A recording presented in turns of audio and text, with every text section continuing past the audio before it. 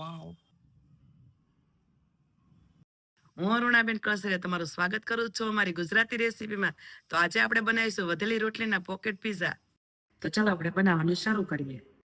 તો આપણે મસાલો બનાવવા માટે આ ટમેટો કેચઅપ લીધો છે, પીઝા સોસ લીધો છે, મીઠું લીધું છે, કેપ્સિકમ મરચું કાપીને લીધેલું છે, ટામેટું લીધું છે, આ મકાઈ લીધી છે પહેલેથી મેં બાફેલી છે આ, અને આ ધાણા લીધા છે, આ કાંદા કટ કરેલા લીધા છે, 2 ચમચી ઘઉંનો લોટ લીધેલો છે, આ આપણે ચીઝ લીધું છે, અને આ ચીલી ફ્લેક્સ, ઓરેગાનો, પીઝા મસાલો. તો આપણે ઘઉંનો લોટ લીધો ને એનું આપણે બેટર બનાવી નાખી જાડું એવું આ રીતે.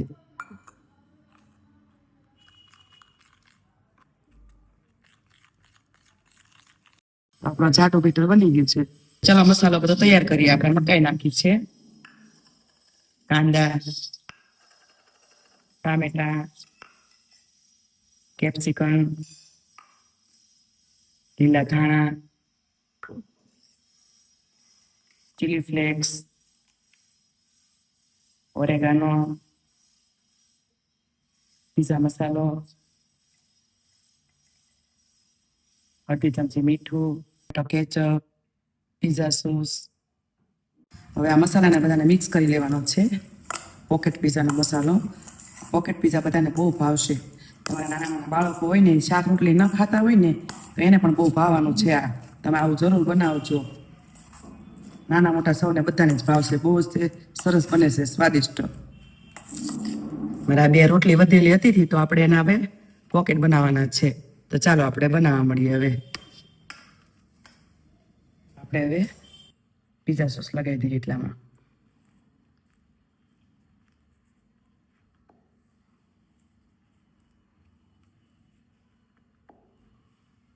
આપણે થોડુંક ચીઝ ખમણી નાખી દેવાનું છે અંદર આ રીતે. જે સ્ટફિંગ બનાવ્યું હતું ને એ આપણે પાથરી દેવાનું છે થોડુંક આ રીતે.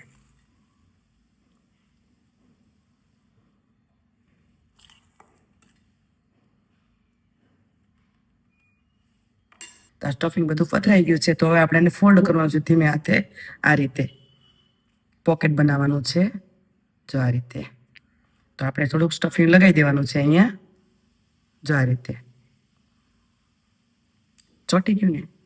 હવે આ રીતે અહીંયા લગાવી દેવાનું છે. પછી આ રીતે જા બની ગયું ને. આનું મસ્ત પોકેટ બની જશે હમણાં. પછી આ સ્ટફિંગ આ બાજુ લગાવી દેવાનું છે, આ બધી બાજુ આ રીતે. 2 મિનિટ પકડી રાખશું એટલે બધું હમણાં ચોટી જશે. આખું પોકેટ બની ગયું છે આપણું. તો હવે આ રીતે મૂકી દેવાનું છે ઘડીક. આપણે જોઈ શકો છો આપણે બની ગયું. તો હવે સાઈડ પર આપણે મૂકી દેવાનું છે. હવે બીજી રોટલીનું આપણે બનાવવાનું છે.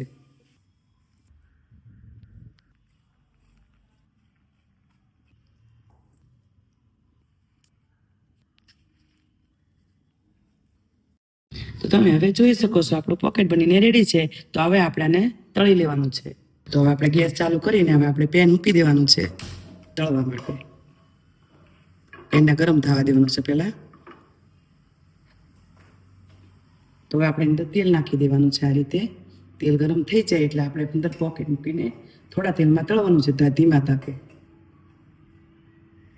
આ રીતે.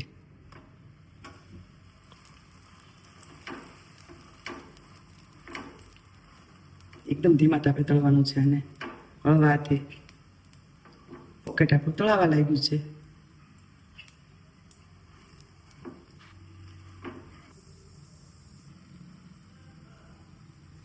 હવે આપણે આને પલટાવી દેવાનું છે આ રીતે ધીમા તાપે તળાવી. આ રીતે ક્રિસ્પી થવા મળ્યું છે જો ધીમે ધીમે. સગળા હાથે એને આપણે પલટાવી દેવાનું છે.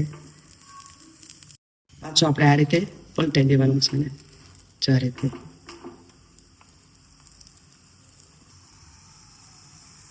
તો આપણે એની બોટલ શેકવાની છે આ રીતે આ રીતે. આ રીતે દબાવતું જવાનું ને શેકતું જવાનું સાઈડ પર આ રીતે.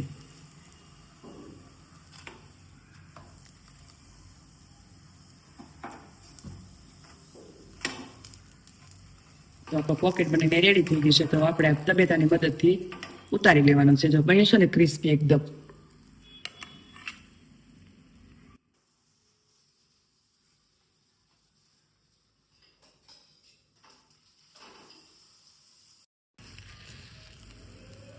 પોકેટ ઉપર આપણે ચીઝ ખમણી નાખવાનું છે. આ ચીઝ વાળી વસ્તુ અત્યારે બધાને બહુ ભાવે છે, તો તમારે ઘરે જરૂર બનાવવાની. છોકરા બોકરા બધાને લંચ બોક્સમાં આપી શકો છો તમે.